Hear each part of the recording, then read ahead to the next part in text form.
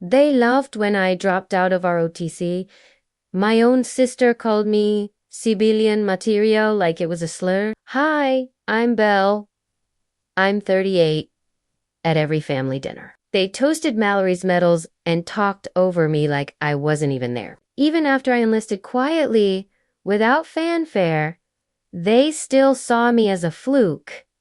She's just playing soldier, they said. But last month, standing on a base training yard, dirt on my boots, and 5 stars tucked in my pocket, I watched my sister drill a new class of recruits until her sergeant froze, saluted me, and whispered, "General, ma'am." That silence, it changed everything. Ever been underestimated by your own family? Tell me in the comments. Let's begin this story. You'll want to hear it. The text from my mother was short. "No, we miss you. No, how have you been? Just come. Ball party, don't dress weird." So I did. I pulled into the driveway just past sunset. The porch light still flickered like it always had, and the Huxley mailbox still leaned left, like my father's politics. Inside, it smelled like baked ham and too much cinnamon. They decorated like it was a military gala, banners, printed programs, a poster that screamed congratulations, Dutena Mareri.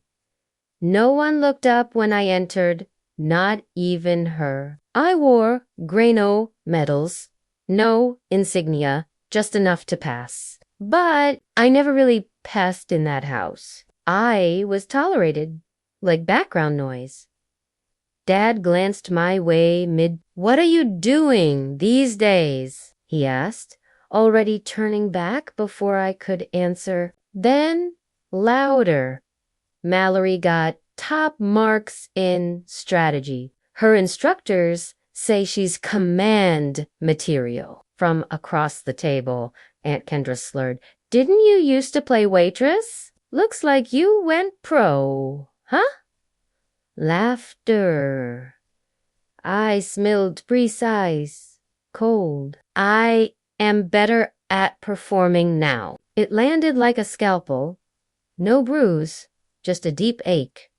When the toast began, they asked me to grab extra forks. No irony. No one offered to help. No one thought to, and when I returned, there was no seat. Every place at the table had a name card, except one mine. Mom finally glanced up, blinked like I had startled her. "Oh, right? You can sit by the grill. There's a folding chair on the porch." So I sat outside in the cold, next to the propane tank, watching through the window as they celebrated the daughter they chose to see 10 years ago. I vanished from that house knot with a bang. Not even a goodbye. I walked away from a full ride. Scholarship after a breakdown no one noticed. No one asked why. They just called it weakness, a personal failure, another reason to whisper behind my back. But what they never knew is that 3 weeks later, I enlisted not through normal channels. There were too many questions, too much red tape. No, I signed a shadow contract, military intelligence, classified tier. My name was scrubbed from West Point records, my identity rewritten under proxy. I didn't disappear. I went dark. While they laughed at family brunches, I was training under terrain, no civilian map even marked. While they toasted Mallory's ribbon count, I was learning to extract compromised assets across broken borders. While they debated if I was stable enough to hold a job, I was earning field promotions from people who only cared if I made it back alive. I still remember the first time I stood behind a glass wall, watching a negotiation that could crumble a region. My handler whispered, "You don't exist.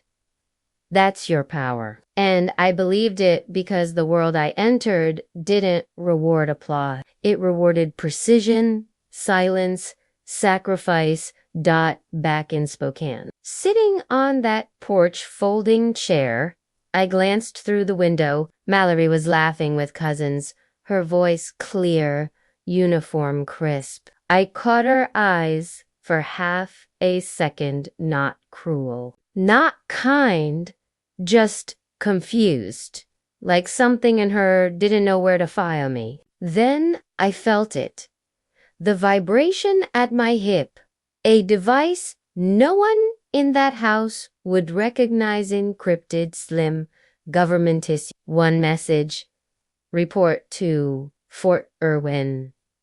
Observer assignment. Security Council oversight. I smiled for real this time, slid the device back into my coat's hidden pocket, and looked up at the family photo hanging by the fireplace. Mallory in her dress blues. My parents beaming.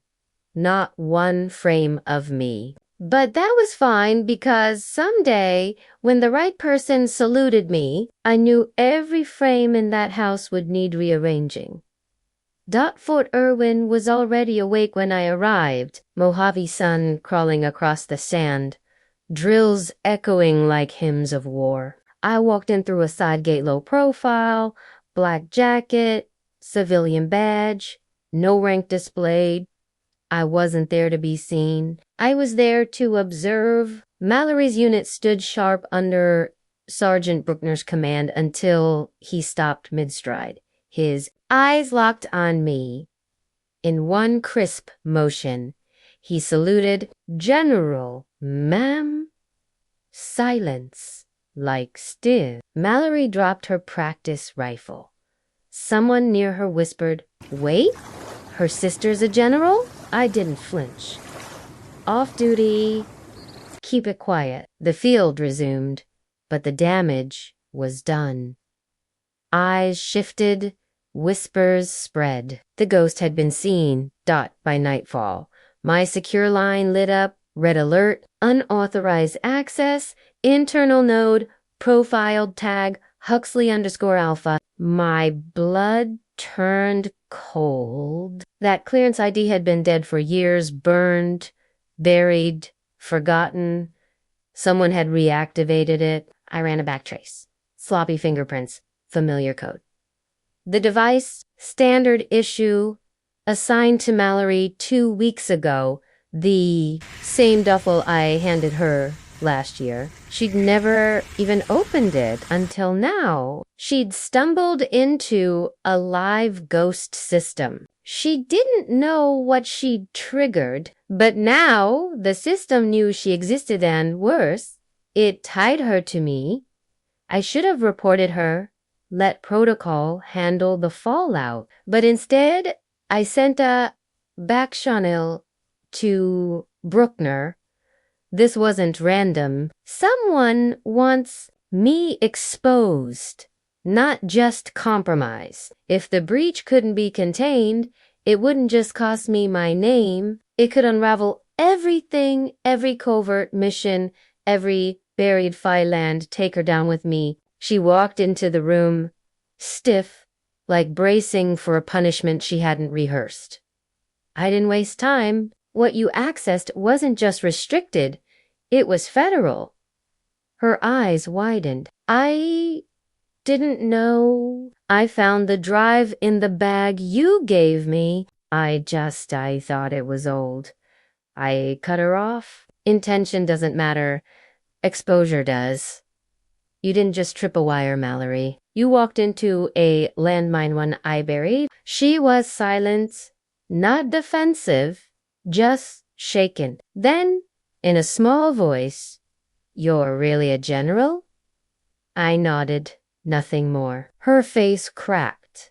"Why didn't you ever tell me?" I stared straight into her because surviving in silence was safer than being seen by people who'd already decided what I was worth. That landed harder than protocol ever could.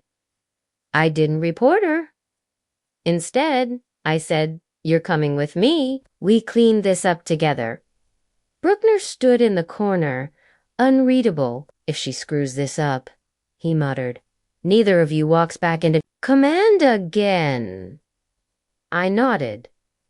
I know. We traced the breach line by line, log after log until we hit something old, buried, rotten, a script 5 years dead. But it pulsed with a signature I knew too well. Croft, a former Black Ops officer, disgraced, reassigned after a failed mission I testified against. He'd vanished but left behind a virus waiting for someone to stumble into it, and Mallory had, not on purpose, but enough to wake the dead. Bruckner's voice was low, so this wasn't about her, it was about baiting you. I nodded. The game had never been about her. It was about luring me out of the shadows. Back at command, I pulled an old drive, plugged it in, built a Croft wouldn't resist, and it worked. We caught the signal, a local IP registered under an alias Crockett. Back watching. Bruckner didn't move. Within 5 minutes, the team surrounded him, no guards, no backup, just Croft sitting in a dim room of stolen files. You still think conscience is enough to survive, he sneered. I stepped closer. Forgotten people don't trigger kill switches. He laughed, but it didn't matter. He was done. The tribunal hall was cold not from the temperature, but the weight. Croft testified first. He painted me as the coward who covered up civilian deaths, held up reports, highlighted gaps, twisted truth. But I came prepared. One copy of the original order. His signature. One audio log. My voice saying, hold fire. Wait for recon. At the military summit, I spoke not of medals, but of moments that no one clapped for, telling them how sometimes wait can save more than orders ever will. And when I finished, I stepped back. There's someone else who should speak. My lady walked up, voice shaking, but sure. I used to think those who stood tallest deserved the praise. But the ones who kneel to shield others, they're the ones who deserve to be remembered. After, she gave me a box. My old Phoenix insignia, polished,